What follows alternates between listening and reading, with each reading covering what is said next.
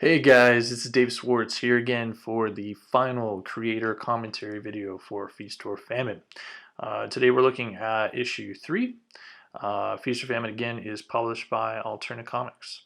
I should say before we continue, for those of you who have not read the entire series, I would stop watching this video right now because this issue has just spoilers everywhere. So I'm gonna try to remember to say like spoiler alert, but honestly, like right off the front or right off the top, I would like to just say if you haven't read the final issue of Feast or Famine, I would just stop watching this video until you do, and then come back and watch the video. So in this last cover, we get to see a bit more of that nanotech zombie. I really, with this story, I wanted to really have fun with crossing genres.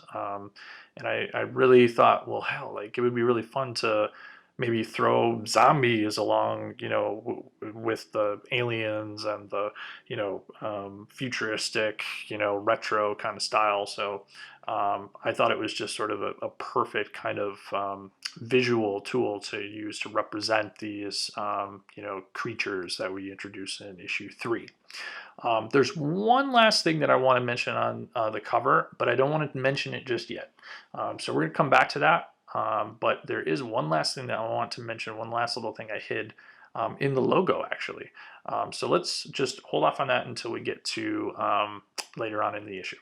But on this first page, we pick right back up where we left off in the last issue, where the nanotech zombie version of Stein is attacking Tuska. Tuska is, doing his best to, fight him off. He doesn't want to hurt him, obviously, as his friend. But at the same time, this thing is coming at him pretty hard, and so he's doing everything he can to stay alive. Another fun opportunity to use that ray gun to Joe, kind of just threw that in there. I didn't really direct that. I thought that turned out really great. And then we kind of get to see a little bit of, what this, nanotech thing is, right?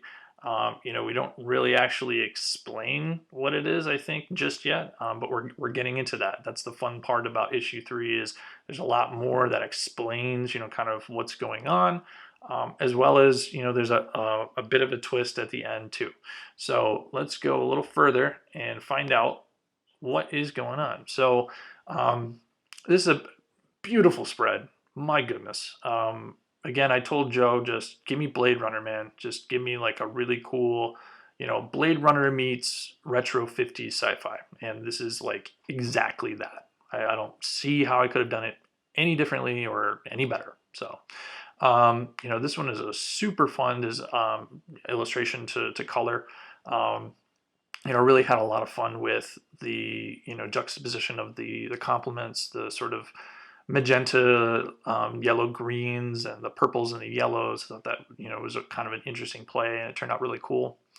Now, what we're kind of describing here in the story is the origins of this thing, this nanotech, and one of the things that was pointed out by some people was that we've seen this before, and I'm not gonna lie. This is something, a trope that I've seen in plenty of different, sci-fi movies and comic books. I think the X-Men did a version of this, in the 90s, with a hive mind, technologically, sort of built, or, the organism itself isn't an organism. It's just technology or machinery. But it's intelligent. It can assimilate life and regenerate and grow and expand. So yes, I understand it's not necessarily something that's brand spanking new, but the reason I wanted to play around with this concept was, again, I wanted to almost use it as a metaphor for the world in which we kind of are living right now. Like, we're inundated with technology, we're inundated with things that distract us, and we're actually almost just seeking ways of consuming things, whether it be technology or wealth or, resources of whatever kind it may be. I wanted to use that as a vehicle, a storytelling vehicle, to explain kind of where we find ourselves in our own world. So again, in this spread, we're explaining more of the story, the backstory, where these things come from. Essentially, we're explaining that there is, on this planet, before the nanotech emerged, this society had kind of grown too big. It had kind of almost wanted to go down the road of logic and technology rather than emotion and caring. So they're much more militaristic, and because of that, they have a very advanced military. And at one point in their history, their military created a self-replicating intelligent nanobot that I code-named Sin, for self-intelligent nanobot. And that brings me back to the cover. Inside the logo of Feast or Famine, if you notice, it's not completely clear, but I sort of hid the word sin. So it's S in Feast. The orc is sort of like a lopsided I. Again, not exactly like on the nose, but it's veiled. And then the N from famine being the N from the word. So that was the last little thing that I wanted to point out about the cover designs. Before we left them completely. Just because I thought it was a fun little thing. Some people ask me, like, why did you like design this logo sort of like right justified? It's not even centered. It's kind of a weird design. And that's why, because I wanted to try to match the S up with the N and create that word sin. So fun, right? Anyway, as the story continues here in this page, we describe how the nanotech just decimated the planet and had nothing left to consume. So the logical thing that it did is sent out a signal to attract more people for it to consume, which these unlucky dudes here in their saucery spaceship stumble into their trap. And then in the next page, we get to see a little bit more of how these meetings with visitors go, right? Every visitor to this planet just gets assimilated nearly immediately. And then some ask me, hey, like, well, if all this thing wants to do is consume, why doesn't it just consume Stein and Tusket immediately, right? The logical thing would to just do it immediately. Why drag it out? And the reason I think is because after doing this for so long, right? Because I imply here that they've assimilated worlds all over the galaxy, right? Or the universe, really. I would imagine that at a certain point, it would not want to just consume their food right away, right? Wouldn't it maybe want to toy with their food a little bit, have a little fun, make a little game out of it, right? And I think that's represented in the real world, in nature, right? There's I think lots of examples of organisms that toy with their prey before they actually finally kill it. So that was why I decided not to have them be assimilated as soon as they step forth on the planet. I wanted it to kind of be a bit of a play, a bit of a show, because I have this idea in my head of what wouldn't it be cool if the world itself was a retro 50s style, right? But it was all an illusion, right? It was what the nanotech sort of saw in the universe and assimilated this vision of what organic life would be like, right? And I just thought, let's go with the 1950s retro theme, because why not? And maybe it could be even a thing where this stuff, because hey, maybe it's part of the air, maybe it's part of the atmosphere, right? Maybe the nanotech itself is in the air, so that when a ship gets into the orbit of the planet, it actually infiltrates the ship before it gets to the ground, and is able to maybe even discern some facts about their new prey before they come in, right? So there's all kinds of possibilities as to like how these things could behave and act. And I just wanted to maybe explore a couple of them, right? Because I think part of the fun of reading a story is maybe coming up with your own conclusions about why it's written the way that it is, or why the artist, chose the things that they chose. So one last thing I'll just mention about this before we move on. I mentioned that all in the all previous episodes of this commentary series, that each episode or each comic issue has its own sort of title. So the first one was, what was the first one? The first one is the Discovery. The second one is the Journey, and then this one is the Revelation. So I wanted to kind of just title each issue exactly, around the theme of what's going on. So like in the first issue, it's all about the discovery. Like there's this discovery of new things, new ideas, discovery of how we could actually make the transporter work, that kind of thing. In the second issue, we've got the journey. It's all about traveling to new worlds, discovering new things, the adventure of that. And then the third one, we've got the Revelation, where we, really see what's going on, and we really get to, get all answers or all questions sort of answered. Not even the answers that we were looking for, but some of the answers that we didn't even know that we needed. Okay. So yeah, let's move on. All right. So in this 2-page spread, man, Joe is just inundated with 2-page spreads on this issue. I think I mentioned that in one of the previous commentary videos, where I think when Joe got to this issue, he was just like, Dave, why in the hell are you doing so many 2-page spreads, man? This is insane. But I'm a fan of the art when it comes to comic books. I mean, I can't deny that. So when I look at comics, when I buy comics, I always go for the stuff that just dazzles my eyes. So hell, if it were me, I would probably put a 2-page spread in every single page of the comic. But that's just not feasible. So, but the third issue, I thought it was important to do so. I think there was just a lot of storytelling to do, and I thought it could be done in a much more interesting visual way. And this spread is just no exception.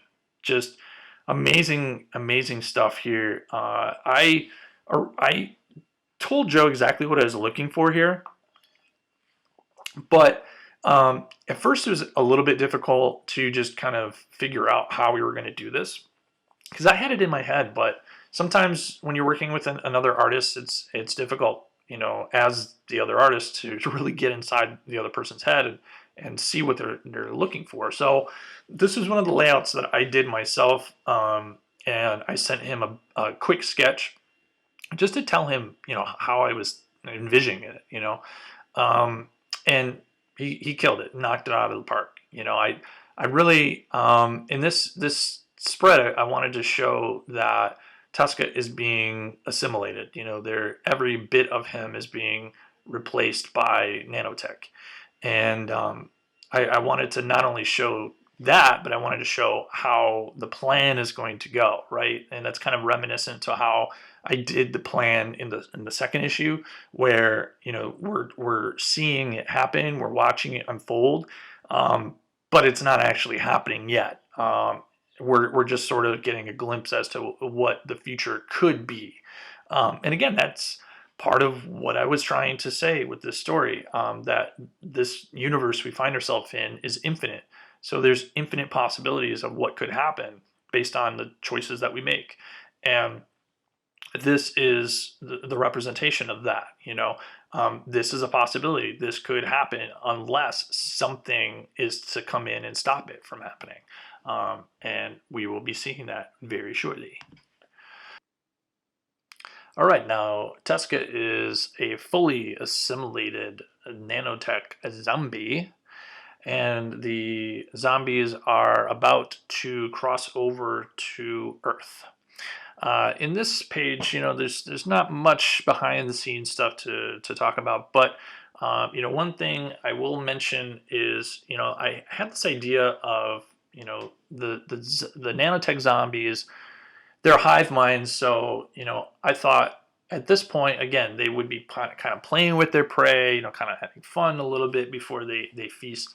And in that same vein, I thought, well, why wouldn't they have maybe like a little, ceremonial, saying or chant or something that they, say as a collective in order to almost commemorate yet another successful feast.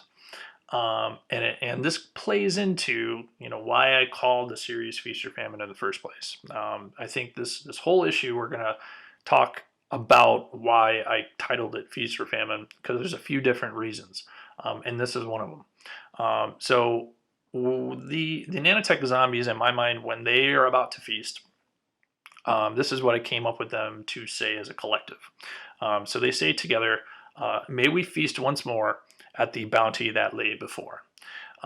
So again, to me, feast or famine is a veiled metaphor for the way that the nanotech operates. So to them, it's feast or famine. They're either feasting on a new world or they are done and they're searching for the next prey. And it may not be, very quick. It may take many, many years. It may even take, decades for them to allure another, unsuspecting victim into their trap. So it's either a period of great feast for them because they've found a new planet to assimilate, or a period of famine once more for them to wait in anticipation for the next feast. Okay, so we are back on planet Earth. The machine is kicked back on, and our assimilated nanotech zombies, Stein and Tuska, are arriving back on Earth. Again, not a whole lot behind the scenes to talk about here, but I think we can all probably just take a moment and just look at the artwork. My God, Joseph Cooper, you are a master. I really enjoyed the way he drew the splash page on the right. Just really eye-catching, beautiful page. Those hands are just, God, so twisted and just dynamic and interesting. I can't say enough good things about it, frankly. Um, I think maybe one other thing we should mention before we move on. I mean, hell, Joe did a great job, but so did Wes. I love that little zap sound effect he does. Wes is just so good at lettering, but specifically, I think he's so talented at sound effects. I've done some lettering myself, and honestly, it's not easy. You're gonna have to find a happy medium, a balance between what you're trying to do with the text as well as um, complementing the artwork and not overshadowing the artwork. I think it's been said many times before that if you notice the lettering, it's a bad job. If you don't notice the lettering, it's a great job. So, all right. So the nanotech zombies have been zapped by a electromagnetic pulse. We explain that here on this page. Um, so originally my idea was I wanted to have like a moment of calm after this sort of explosion on this previous page, right? So these guys sort of, they come in, they hear this sort of beeping, and then they are completely and utterly electrocuted, with this immense electromagnetic pulse. And we see the two bodies here. We're not entirely sure if they're dead or alive. We have a moment of calm, and then we see sort of this whoosh of fire kind of engulfing the space. And this was a tricky moment for me because I wanted to give a bit of a breath for the reader so that it didn't feel so rushed. However, in hindsight, I heard some critique about this scene here, in that some people were thinking that, or kind of hoping that this would maybe not happen so quickly. They almost felt like this was a bit rushed.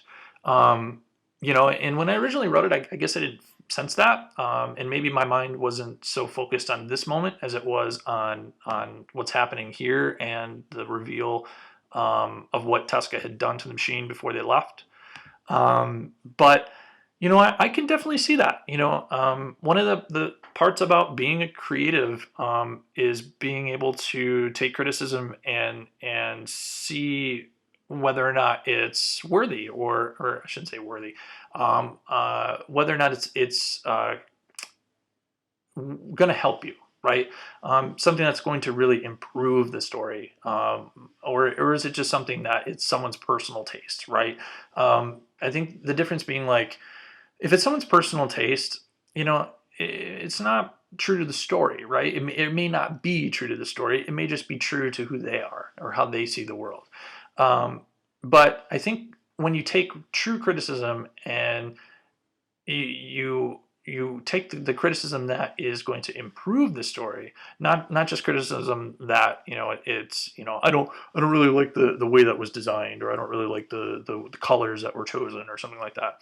But if it's a criticism, with the plot that's valid, like, for this moment here, I heard a lot of people saying, like, I wanted a bit more. I wanted to see the nanotech zombies maybe assimilating the lab a bit more, to make the reader feel as though there's real danger. And right here, you don't necessarily feel the danger as much as you otherwise could have.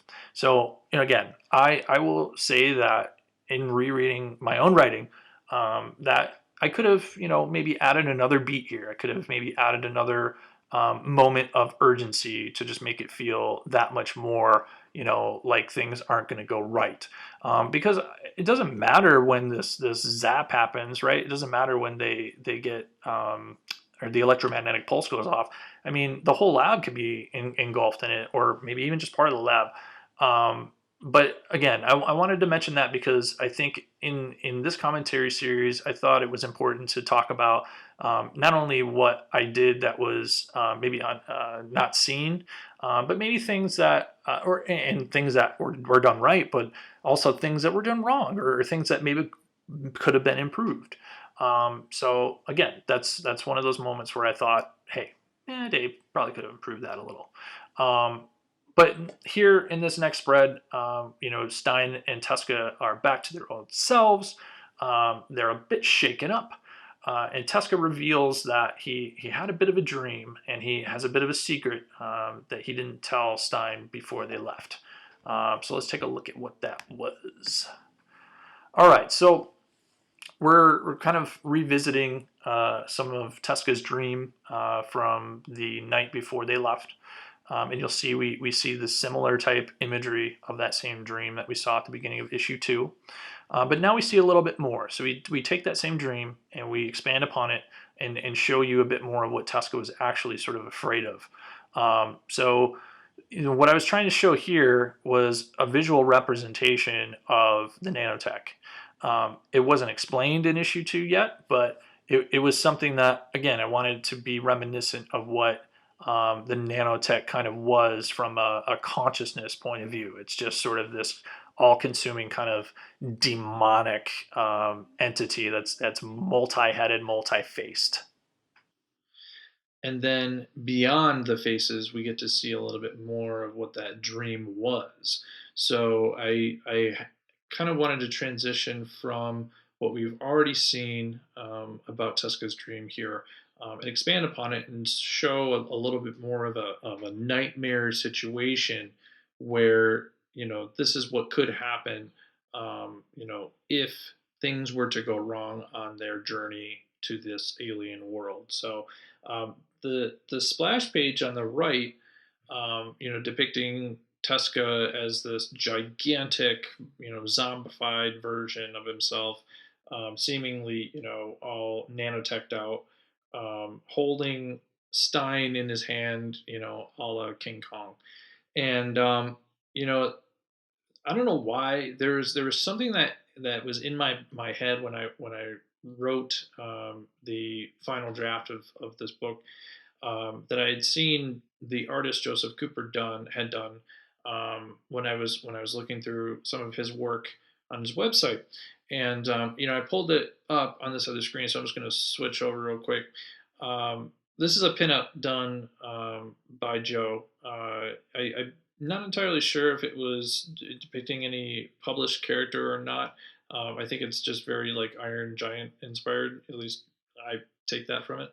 But when I saw this, I was like, oh my gosh, like this is kind of a perfect thing that I could use as an inspiration for this page. So yeah, I sort of described what I was thinking here with this illustration in mind because I saw Joe just did such a fantastic job with it. It's such a dynamic composition. I wanted to try to do something similar here, and again, I think he did a fantastic job.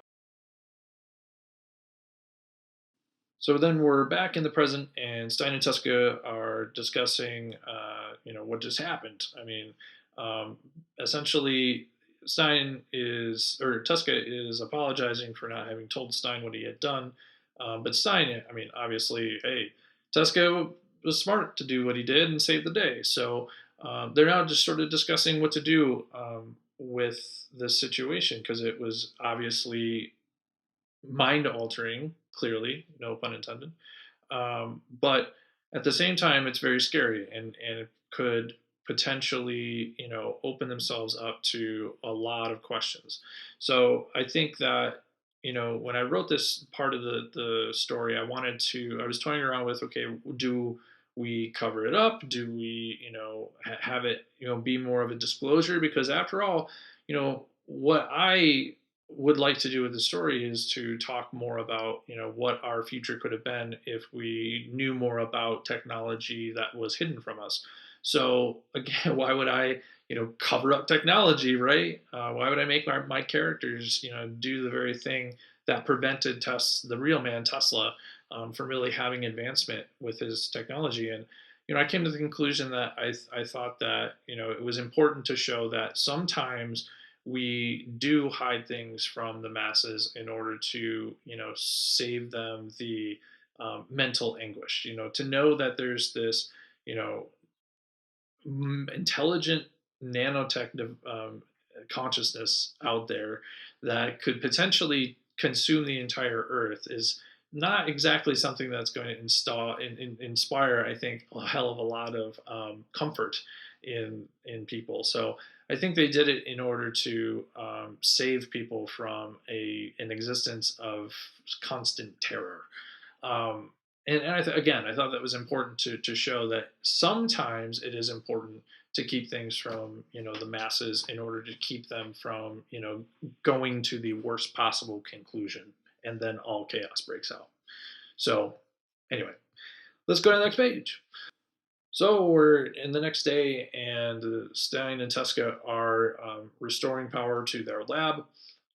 In this scene, I thought it was kind of important to have a bit of that play back and forth between the dialogue and the inner monologue of Tuska, especially because I really wanted to include this dialogue about this idea that when a traumatic thing or something really jarring to you happens, the next day you wake up and there's like a moment where you almost don't remember. You don't remember the change. Things are kind of just maybe the same as they were the day before. But then there's like a moment right after that where things have changed, and sometimes that change is for the better. And you realize, oh wow, like my life is a lot more different today than it was yesterday for the better. But then maybe it's not so much the better, and maybe it's like the morning after you've lost someone, or the morning after you've lost something. I wanted to put that real world, that thing that we're all kind of familiar with, because I think we all kind of are familiar with that, into the story a bit, because again, it's important to add real world human emotion and real world human experiences into your storytelling.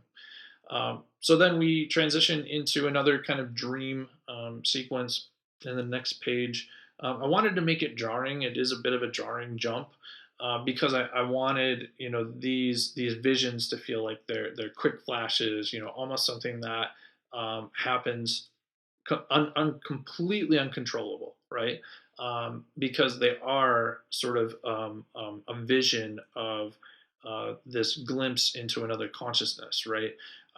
This other consciousness has all this other data and information that these two scientists were completely plugged into for a period of time.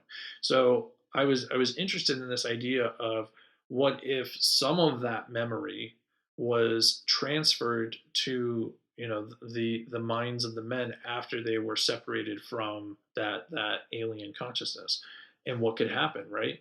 So in this page, again, I wanted to show, a bit of that, storm, right, from the alien world, because again, to me, that's the metaphor, right? This barren, alien wasteland, almost very nightmare esque.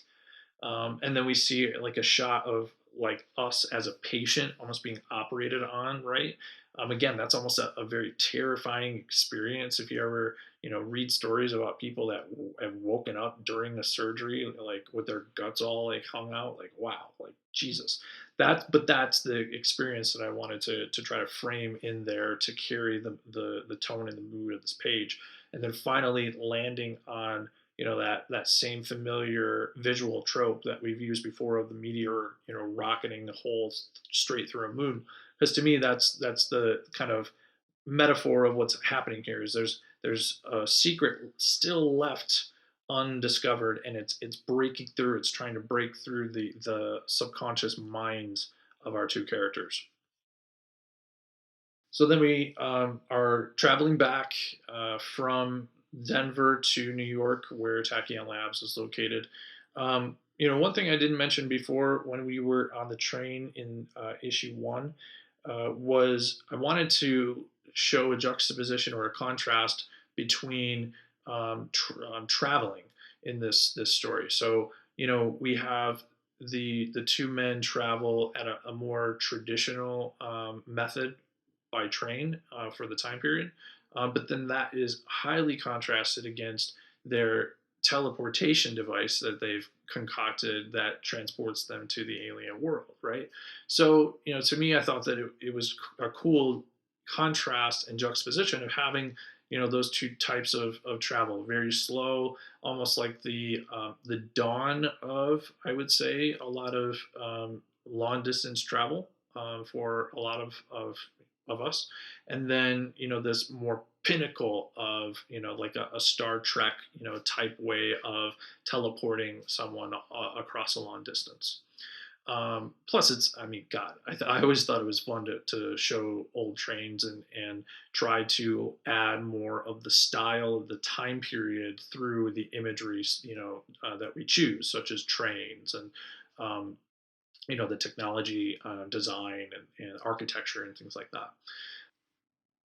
So then we move from the train to Chicago, where we meet up with this friend of Stein's, Dr. John C. Gansfeld. So the name Dr. John C. Gansfeld is a combination of two things. Because I don't usually pick names by random. I try my best to, add something in there that, is reflective of the character or reflective of the story. So the John C. part comes from a man named John C. Lilly. John C. Lilly was regarded as the inventor of the sensory deprivation tank. So the sensory deprivation tanks are a key part of this scene in the story, um, where this character Gansfeld is a pioneer of this technology, where he's exploring dreams.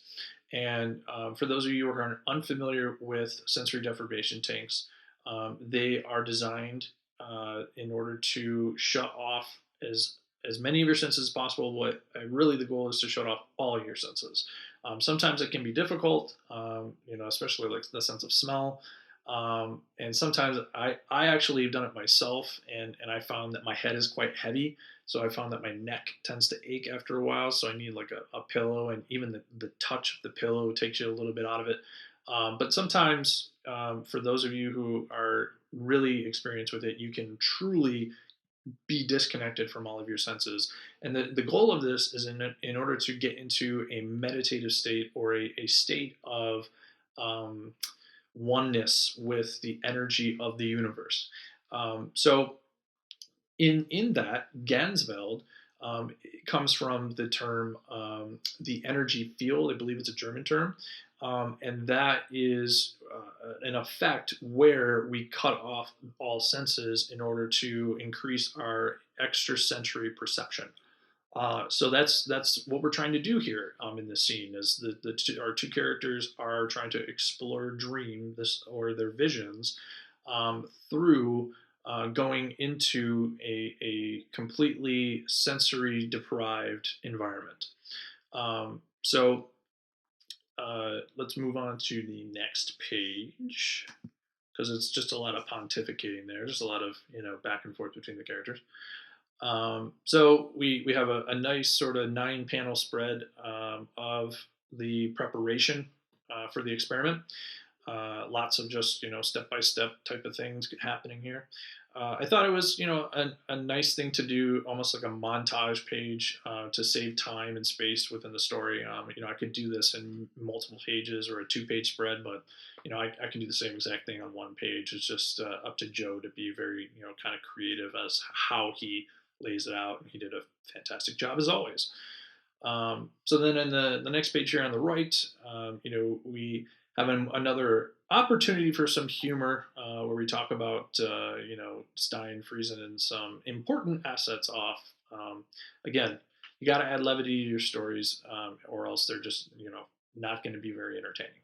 Um, so then we see Stein talk, or I'm sorry, Tuska talking to Gansfeld about the use of drugs, or mind altering, or mind relaxing, um, medications in order to aid with the experiment.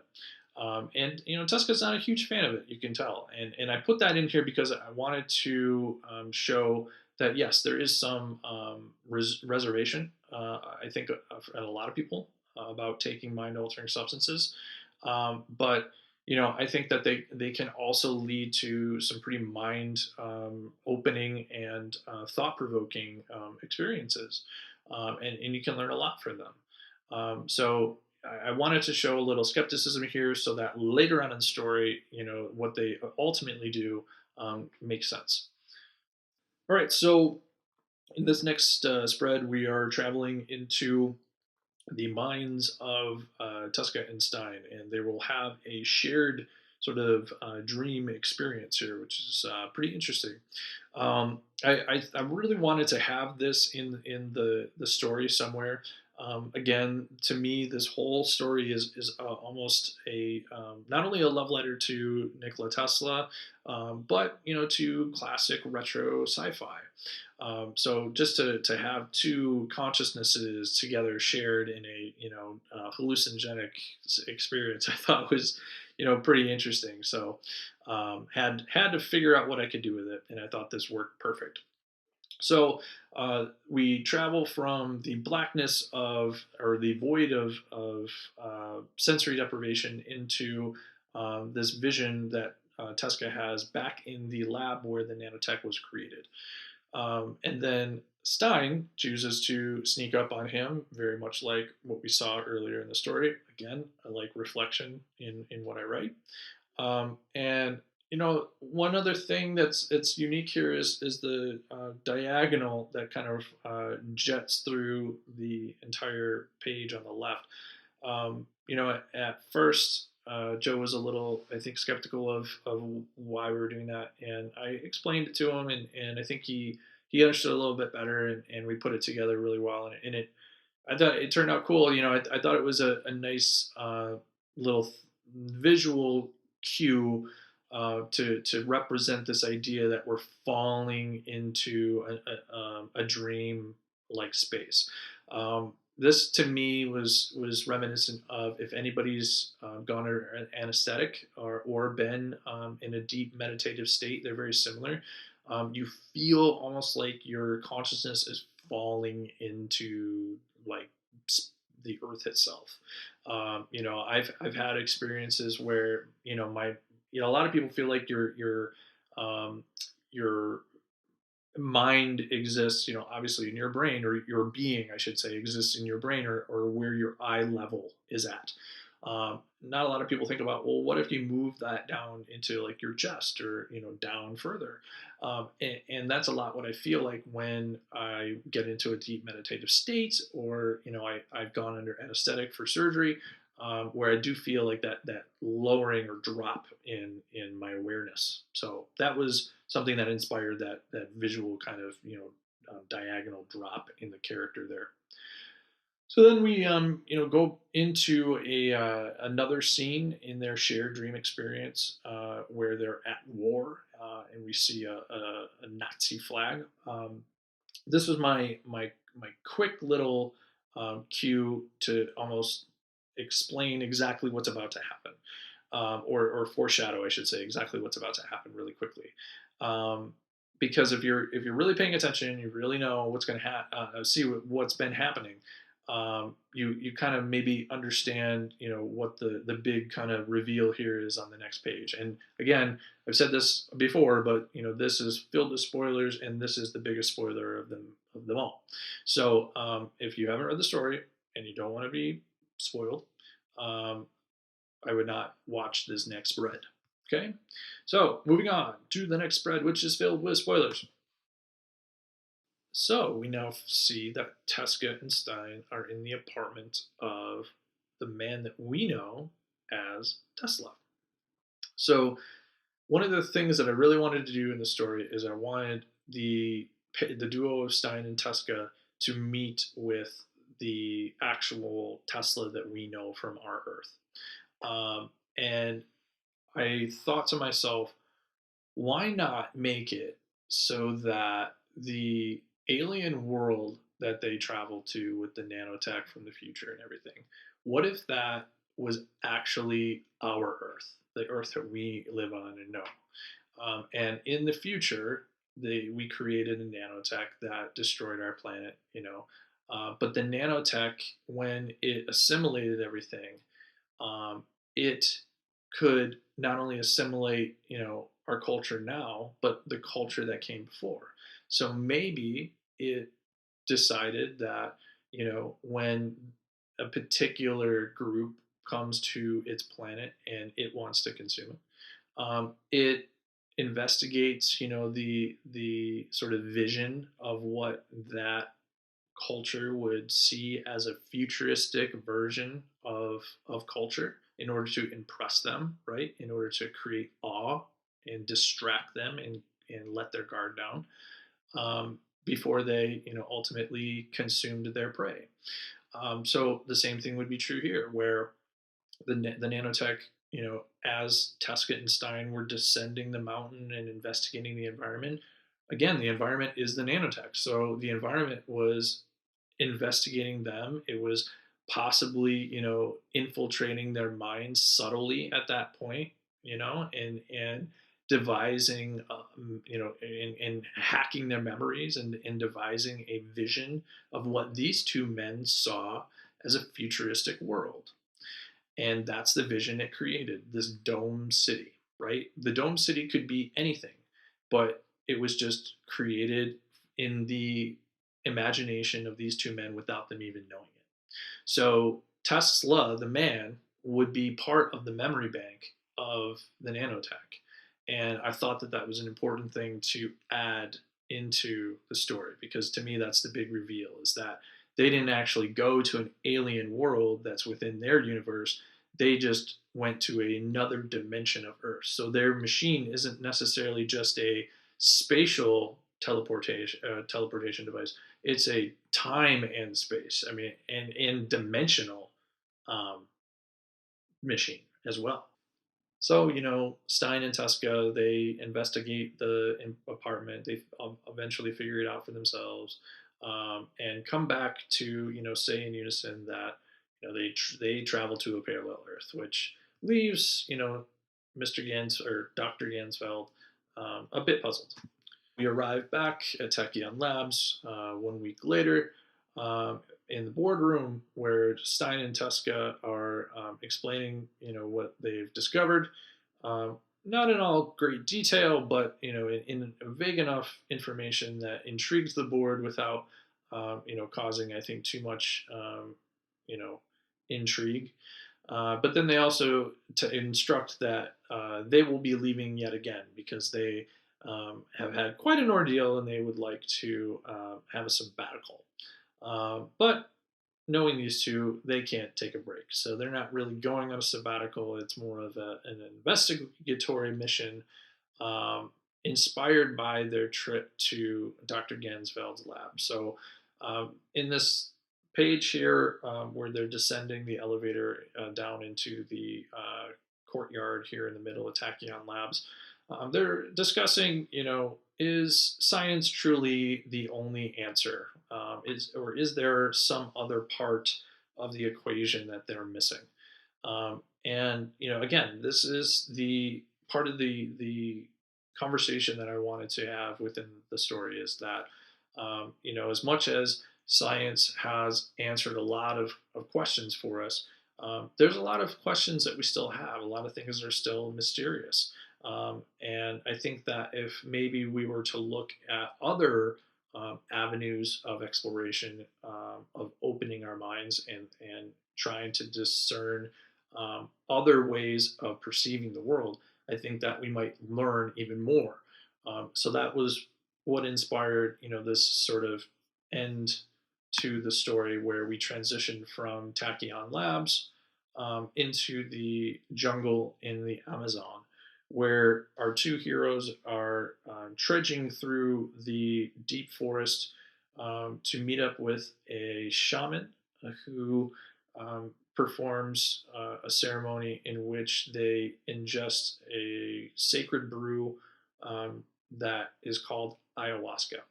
And this is an actual thing. So, in my studies of alternate theories of reality, ayahuasca came up, and it's a sacred brew that's created from a tree bark and a tea leaf in the Amazon, where the I believe this is right, and I could be completely wrong on this, but I'm pretty sure that the tea leaf itself has the ingredient that creates the hallucinogenic experience, DMT, diethylmethyltryptamine. Probably said that completely wrong too. But there's an enzyme in it that doesn't allow us to ingest the hallucinogenic part of the plant. But the plant mixed with this bark, the bark has an enzyme blocker in it that allows you to ingest the chemical and have this mind altering experience. Typically, DMT experiences result in a removal of your consciousness from your body, so an out of body experience, and it allows you to have experiences that just transcend time and space, completely and utterly change who you are, and just give you a completely different perspective on life and your connection to the universe. I personally never done it, but I've seen a lot of documentaries about it. I've read a lot about it. I've read a lot of stories about it, of people who have taken it, and it's a pretty amazing thing. So I wanted to end the Feast or Famine series by having our two heroes, Stein and Tuska, go on this experience through the cosmos, and really almost truly transform them from not just this nanotech zombie or a human scientist, but more of a consciousness being that is completely and utterly connected to knowledge, and not just scientific knowledge, but true knowledge, natural knowledge, the knowledge of the cosmic realm itself. So again, that's kind of what I had in mind to inspire how I concluded the main story. But then, as you see, I added a bit of a stinger to the end.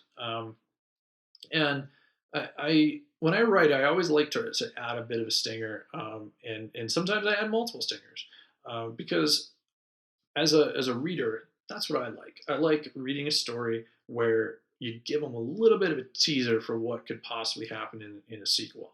Not that a sequel is going to actually happen, but if it could happen or if it's going to happen, maybe this is a glimpse into that. So we're back at the lab in Colorado Springs, where three nefarious goons, very turn of the century looking dudes. Which God, again, Joe nailed it, bro.